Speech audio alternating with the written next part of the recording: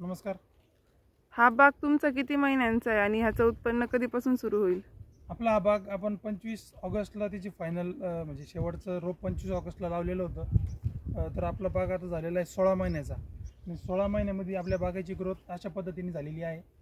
आणि युजली बऱ्याच शेतकऱ्यांचा असा प्रश्न असतो की ड्रॅगन फ्रूट लावल्यानंतर त्याचं उत्पन्न कधीपासून चालू होतं, आपले पैसे कधीपासून मिळतील त्याच्यातून.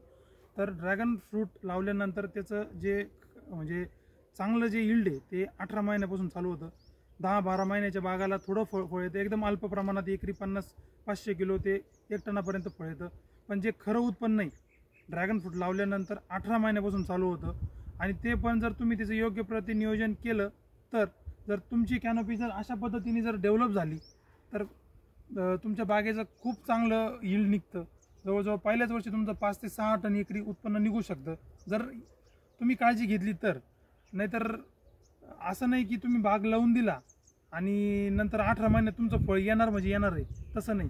आता ही आपला जो बाग आहे याचं उत्तम नियोजन केलं म्हणजे त्याला आपण योग्य म्हणजे फर्टिगेशन व्यवस्थित केलं म्हणजे पाण्याबरोबर आम्ही त्याला 4 दिवसाला पाणी देतो. तर हप्त्यातून त्याला एक वेळेस आपण 19-19 किंवा ॲव्हॅना न्यूट्रीमिक्स सारखं प्रोडक्ट आहे म्हणजे मायक्रोन्यूट्रियंट झालं किंवा NPK कन्सोर्टिया झालं, असे वेगवेगळे प्रोडक्ट्स आपण त्याला दर 8 दिवसाला वापरलेले आहेत. त्याच्यामुळं या बागाची ग्रोथ 16 महिन्याचा बाग असं दिसतोय. नाही तर अशी ग्रोथ होण्यासाठी कदाचित म्हणजे बऱ्याच वेळेस असं 2 वर्ष 2.5 वर्ष पण लागून जातात तरी होत नाही. तर असं नियोजन करा मित्रांनो. आणि जर अधिक माहिती लागत असेल तर आपला चॅनल फॉलो करा. धन्यवाद.